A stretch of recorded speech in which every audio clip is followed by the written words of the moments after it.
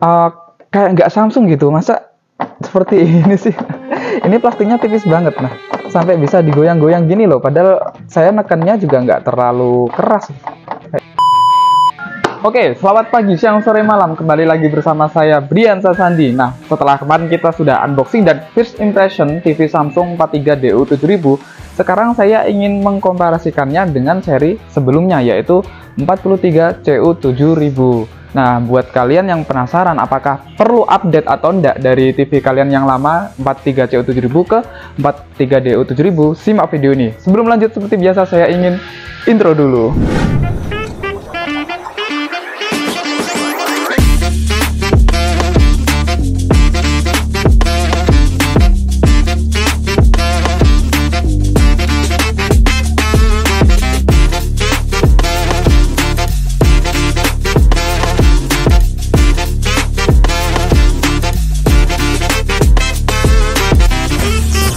Pasti kalian bertanya-tanya nih, waduh, kemarin udah beli seri 43CU 7000 dan sekarang keluar lagi 43DU 7000. Nah, apa sih yang beda dan seberapa signifikan perbedaannya antara seri 43CU 7000 dengan 43DU 7000? Nah, yang pertama kita bahas pastinya dari sisi desain. Kalau dilihat sekilas dari depan nggak ada yang beda ya, untuk ketebalan framelessnya juga masih sama. Yang membedakan pastinya adalah penempatan logo Samsung serta sensor remote-nya. Kalau di 43CU 7000 dia masih di tengah seperti ini, dan untuk logo Samsungnya sedikit lebih besar dengan emboss Samsung yang warna silver kayak gitu. Sedangkan yang di 43DU 7000 sekarang lebih kecil ya untuk logo Samsungnya dan berada di sebelah kanan atau di pojok kanan. Dan untuk logo Samsungnya ini warnanya abu-abu, nggak silver, jadi nggak terlalu kontras seperti yang 43CU 7000. Kalau ini sih selera ya, cuman kalau admin lebih suka yang 43CU 7000. Sekarang beralih dari model kaki. Ini dia yang benar-benar berbeda antara 43CU 7000 dengan 43DU 7000. Kalau 43CU 7000 dia model kakinya masih model kaki seperti tipe AU 7000, BU 7000 dan di CU 7000. Seperti ini fix dan tidak bisa diatur-atur. Sedangkan untuk yang 43DU 7000 dia all new baru model kakinya. Nah, selain baru, ternyata untuk kakinya ini bisa di-adjust atau bisa diatur-atur ketinggiannya, level ketinggiannya. Ini level paling pendek. Jadi ada dua pengaturan ya, kaki tinggi sama kaki pendek. Dan modelnya dari belakang, kalau dilihat dari belakang seperti ini dia. Nah, ini menurut saya jauh lebih elegan dibanding dengan model kakinya 43CU 7000 yang terkesan monoton seperti itu. Kemudian dari ketebalan TV-nya, ternyata kalau dari frame depannya itu lebih tebal yang CU 7000. Coba kita ukur ya menggunakan penggaris. Nah, yang CU 7000 itu hampir 2 cm, sedangkan untuk yang model 43DU 7000 dia hanya 1,5, nggak sampai ya, jadi lebih tebal yang CU 7000. Namun untuk back cover belakangnya ternyata lebih tebal punya 43DU 7000. Dan ini juga berbeda motifnya. Ini baru ya untuk motifnya di DU 7000. Dia model garis-garis seperti ini, sedangkan untuk yang Samsung ada model kasar seperti ini. Sekarang beralih dari build quality. Ini yang sedikit membuat saya kecewa kemarin waktu first impression dan unboxingnya. Entah kenapa, menurut saya di 43DU 7000 ini ada penurunan build quality dibandingkan dengan seri CU 7000. Yang paling kerasa adalah di bagian bodi belakang atau back covernya. Kayak nggak Samsung gitu, masa seperti ini sih. Ini plastiknya tipis banget, nah sampai bisa digoyang-goyang gini loh, padahal saya nekannya juga nggak terlalu keras kayak gini. Ini jauh berbeda dibandingkan dengan yang CU 7000. CU 7000 back covernya ini lebih solid, lebih padat kayak gitu. Kemudian dari segi port-portnya nih, ini juga sedikit membuat saya kecewa karena ternyata di CU 7000 lebih lengkap dengan adanya penambahan jack audio optical yang dihilangkan di seri DU 7000. Bang, berarti bener-bener udah gak ada akses buat nyambungin ke soundbar menggunakan kabel. Sebenarnya ada, yaitu menggunakan HDMI ARC. Namun balik lagi, nggak semua speaker yang ada di pasaran itu support HDMI ARC. Biasanya paling umum ya kalau nggak jack 3,5, dan yang paling baru adalah digital audio optik kayak gitu. Entah maksud Samsung apa, kita ambil positifnya aja. Mungkin si produsen Samsung ini ingin customernya itu lebih maju atau lebih modern, udah nggak perlu pakai kabel-kabel yang ribet lagi, cukup pakai Bluetooth aja. Cuman bagi kalian yang suka main game, pasti nggak akan nyaman dengan konektivitas Bluetooth ke speaker, karena kita tahu pasti ada sedikit delay, entah persekian detik gitu. Kalau dari port minus itu aja sih, jumlah USB sama-sama satu, kemudian HDMI-nya sama-sama 3, kemudian ada port LAN dan ada port antena kayak gitu. Yang saya heran justru malah entah mengapa sampai sekarang di Smart TV itu masih ada port LAN, karena rata-rata pastinya nih teman-teman 90% saya yakin kalau ingin nyambung ke internet pasti pakai WiFi kayak gitu.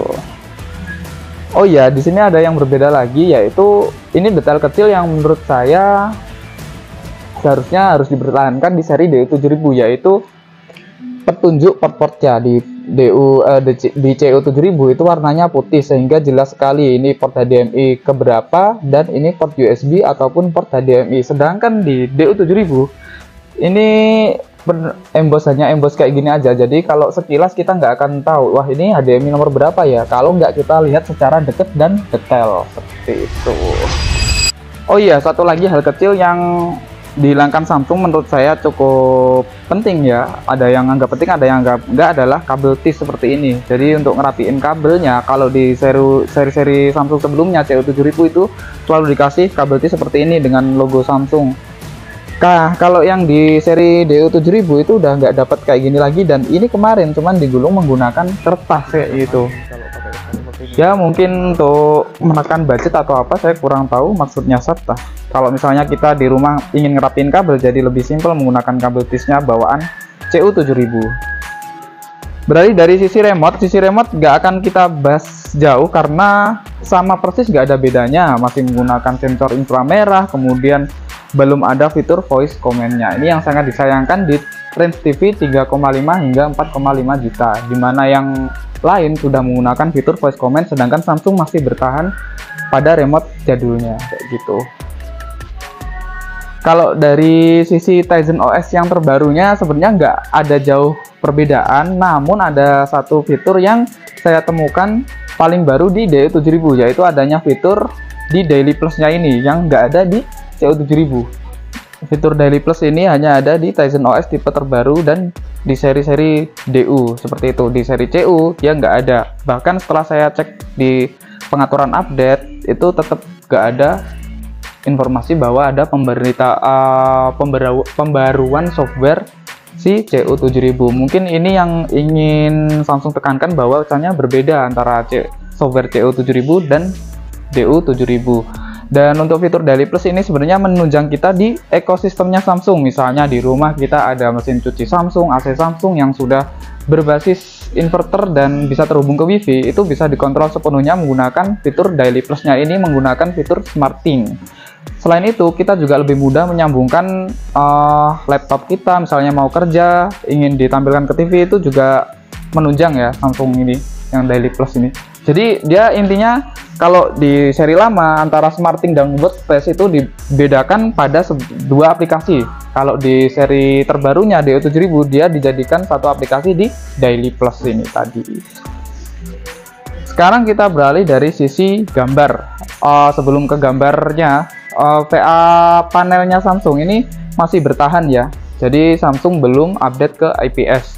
Tapi anehnya ada beberapa ukuran itu dia sudah menggunakan IPS. Contohnya di seri CU7000 kemarin saya temukan di produksi pertama itu 65-nya pakai IPS, tapi di produksi keduanya dia sudah nggak pakai IPS lagi. Entah apa maksud Samsung, kita juga nggak tahu. Padahal di yang 65 IPS itu gambarnya lebih tajam kayak gitu. Kita coba langsung putar konten yang sama. Untuk disclaimer dulu, untuk pengaturannya ini sama-sama standar ya pengaturan gambarnya. Modus gambar, kita cek modus gambar. Modus gambar ini standar. Nah, modus gambar ini juga standar. Yang saya temukan perbedaan adalah tempat di semua pengaturannya. Kalau di seri Tizen terbaru atau DU7000 itu dia langsung di awal seperti ini, sedangkan untuk yang CU7000 kita harus geser sampai ke paling kanan untuk menemukan fitur semua pengaturan kayak gitu.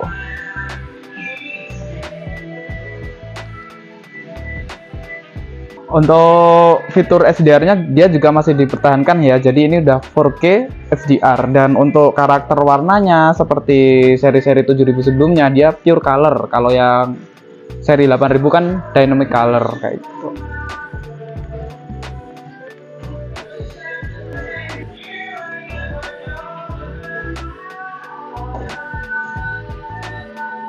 Wih, pas.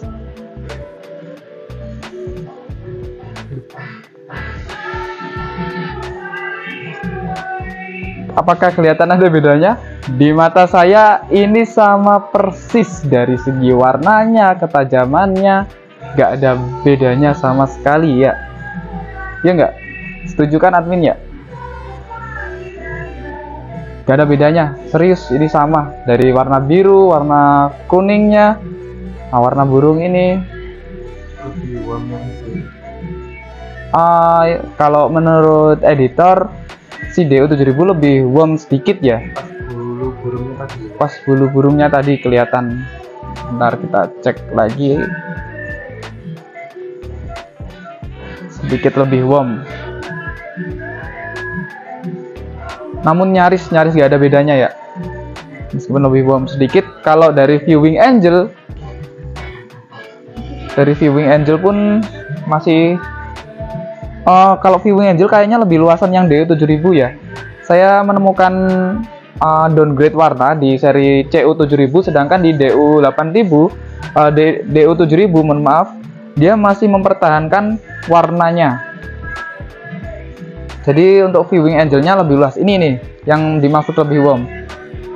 Kita cek di bulu kangurunya di DU7000, dia kelihatan lebih warm dan lebih keluar warna coklatnya, sedangkan di CU7000 ini nggak secoklat yang punya DU7000. Iya.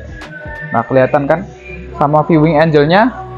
Nah, kalau dilihat dari samping seperti ini, punya CU7000 udah downgrade dari segi warnanya ya. Nah, sedangkan yang ini DU7000 dia masih mempertahankan warna aslinya, nggak terlalu signifikan. Berarti ada peningkatan ya dari segi viewing angle dan gambar atau warnanya juga gitu. Meskipun kalau kita lihat dari sekilas itu kayak nggak ada perbedaan. Untuk motion rate-nya atau gerakan gambarnya ini mirip sih semutnya. Sebutnya mirip refresh rate-nya. Karena memang dari kedua tipe ini Samsung klaim sudah menggunakan fitur auto latency.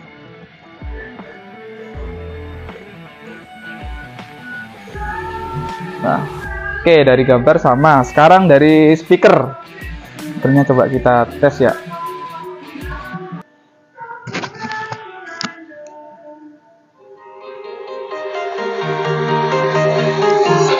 I'm walking alone, the streets are empty. The only thing I can see is my own silhouette. I'm getting stronger, step by step. The clock is ticking, but there's no time for me. I've been flying from town to town, from London to Taiwan. I've been all around the globe.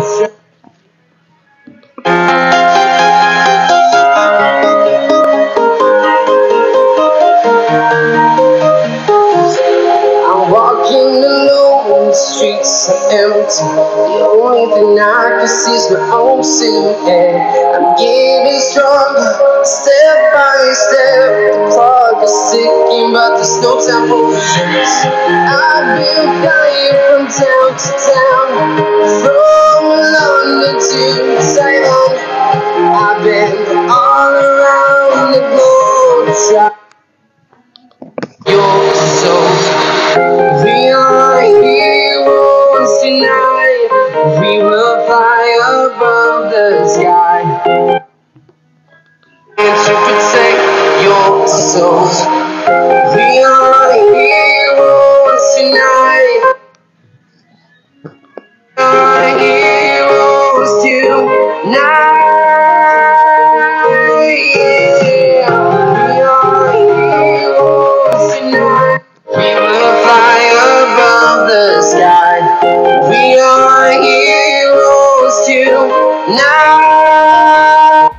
Jadi saya nggak nyangka ternyata dari speaker update-nya cukup signifikan, apalagi kalau teman-teman mendengarkan secara langsung.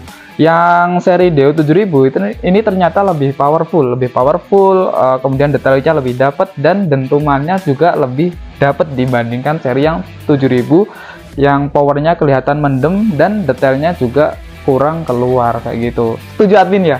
Nah, admin setuju. Oke, dari kesimpulannya adalah sebenarnya Samsung berarti fokusnya lebih ke jeroannya. Contohnya nih, kualitas gambar, kualitas speaker itu benar-benar di-upgrade dari seri yang CU7000. Ada beberapa poin yang downgrade, contohnya di build quality, kemudian kelengkapan port, dan ini ada satu lagi nih, finishing. Nah, kalau kita perhatikan secara detail, finishing cuttingan plastiknya ini ternyata nggak serapi yang seri-seri sebelumnya. Di sini ada kelihatan kurang rapi di sini. Nah, itu sih. Cuman bagi kalian yang memang sudah terlanjur beli CU7000, apakah worth it update di DO7000? Sebenarnya tidak begitu worth it. Nanti kita lihat harganya ya, berapa yang DO7000, karena sampai sekarang di kita belum keluar harganya kayak gitu. Harusnya sih range-nya antara 3,8 hingga 4,5 juta, nggak lebih dari 4,5 juta. Oke, kesimpulannya itu aja dari saya. Poinnya dua. Yang diupdate dari Samsung adalah dari sisi gambar dan sisi speaker, sedangkan yang di downgrade adalah dari segi kualitas dan kelengkapan port. Namun dari segi kaki juga update ya, bisa diatur-atur. Ini saya suka banget desainnya yang DO7000. Oke, itu aja ya poin yang bisa saya sampaikan di komparasi antara 43 DO7000 dengan 43 7000. Jadi ada beberapa segi yang diupdate, ada beberapa segi yang diturunkan atau di downgrade. Saya Brian pamit undur diri, sampai jumpa di video selanjutnya. Terima kasih buat yang sudah menonton.